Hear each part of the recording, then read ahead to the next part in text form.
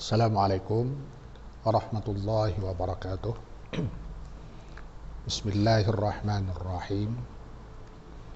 Alhamdulillahilladzi hadana lil Islam wa syara'a lana asy-syara'i'a wal ahkam.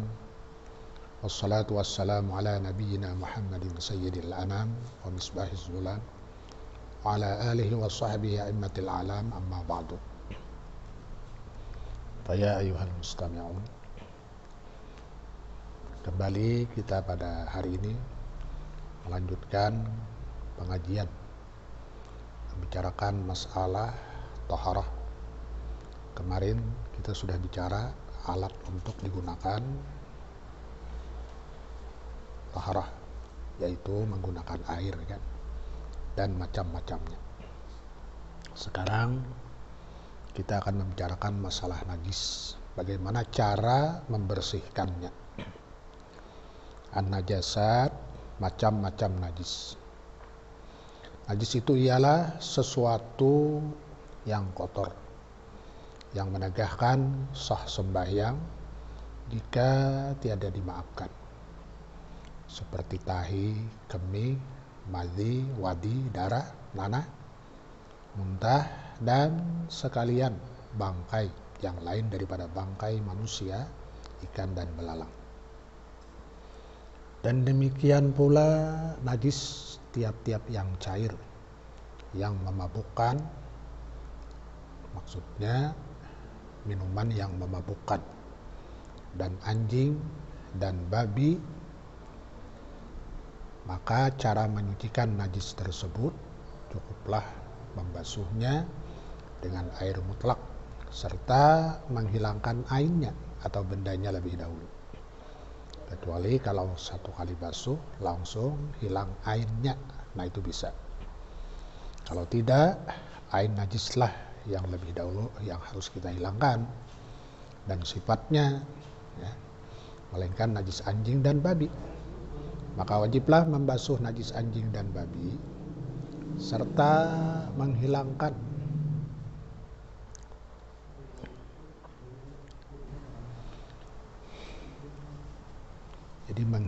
ainnya dan sifatnya lebih dahulu sebelum dibasuh dengan air 7 kali, dan salah satunya itu harus air yang dicampur dengan tanah.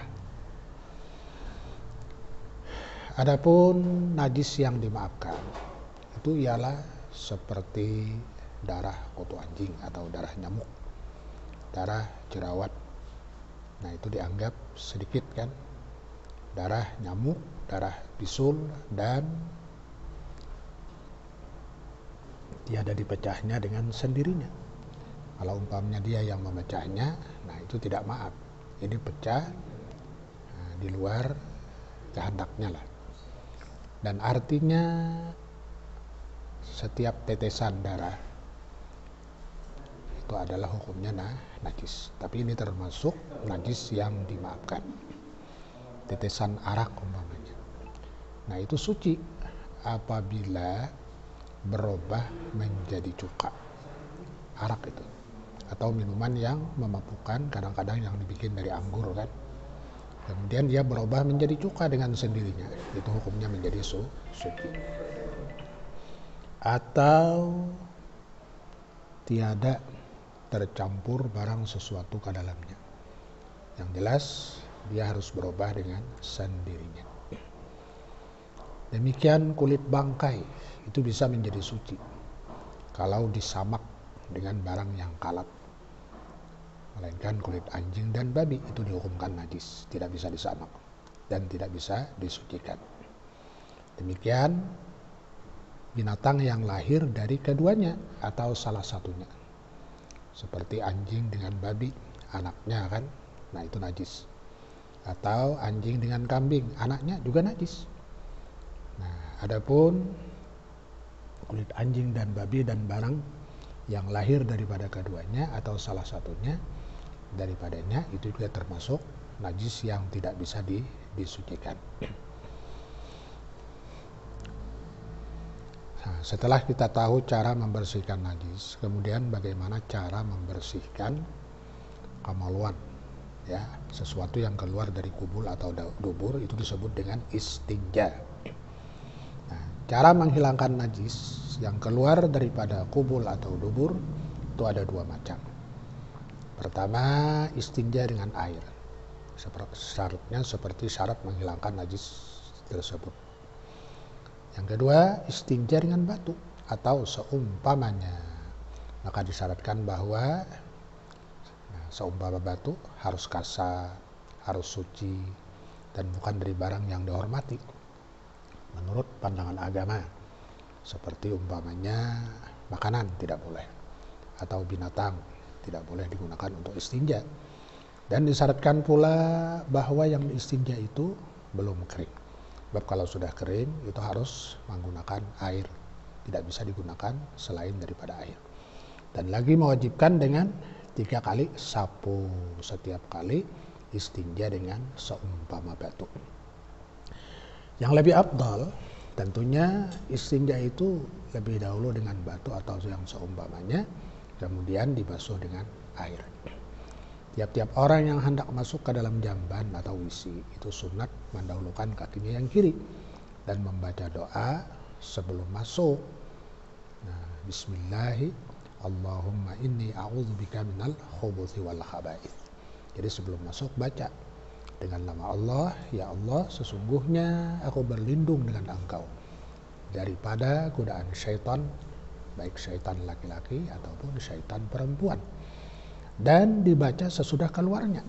Ghufranaka alhamdulillahilladzi azhaba anniyal adza wa afani. Ampunilah dosaku ya Allah. Pujian bagi Allah yang menghilangkan daripadaku penyakit dan mensehatkan aku. Kemudian sunat pula membaca doa, Allahumma tahhir qalbi minan nifaq wa hassin farji minal fawahish. Ya Allah, sucikanlah hatiku daripada sifat munafik dan peliharakanlah kemaluanku daripada segala kejahatan. Nah, kemudian bersuci atau alat untuk bersuci di samping air itu menggunakan tempat ya atau bejana. Nah, bejana itu ada yang terbikin dari tanah, kayu, batu, besi dan lain sebagainya. Kecuali bejana yang terbikin dari emas dan perak. Yang dibikin daripada benda yang dua macam ini diharamkan untuk memakainya. Baik laki-laki atau perempuan. Dan membikinnya pun juga dilarang.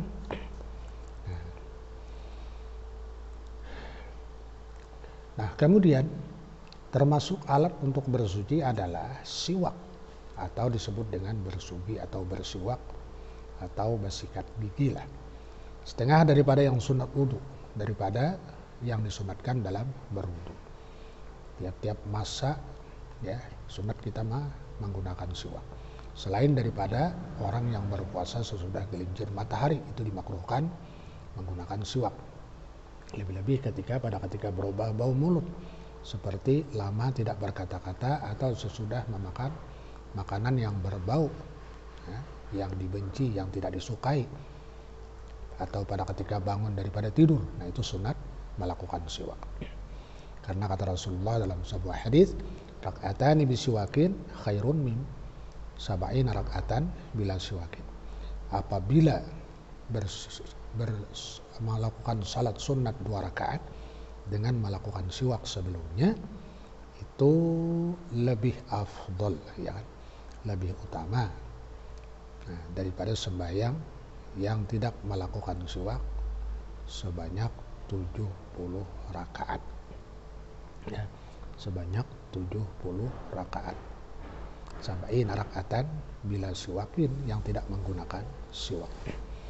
Nah, jadi hendaklah kita melakukannya khusus pada saat kita hendak melakukan sholat dengan niat mengamalkan sunnah Nabi kita untuk mendapatkan pahala yang sempurna. Umpamanya berniat sahajaku bersugi atau bersiwak sunat karena Allah Ta'ala. Nah, itu adalah termasuk bahagian daripada taharah. Pertama, cara membersihkan najis kan sudah kita bicarakan. Alat untuk menggunakan alat sebagai pembersih atau alat untuk bersuci itu adalah air. Termasuk alat untuk membersihkan najis daripada istinja dengan menggunakan batu atau seumpamanya. Itu juga lebih afdol.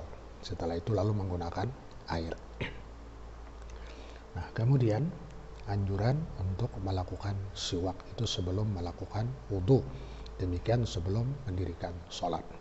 Nah, demikianlah beberapa hal yang harus kita ketahui sebelum kita merangkatkan hadas dengan berwudhu atau dengan mandi. Dan sebelumnya tentunya tidak akan sah salat kalau tidak menggunakan wudhu untuk mendirikan salat. Tidak mengerjakan merangkatkan hadas kecil maupun besar sebelum mendirikan salat. Nah, insya Allah nanti kita akan membicarakan tentang wudhu dan mandi. Mudah-mudahan ada manfaatnya. Mudah-mudahan kita selalu mendapatkan taufik dan hidayahnya Allah untuk dapat mengamalkannya. Amin ya rabbal alamin. Wabillahi taufiq wal hidayah. Assalamualaikum warahmatullahi wabarakatuh.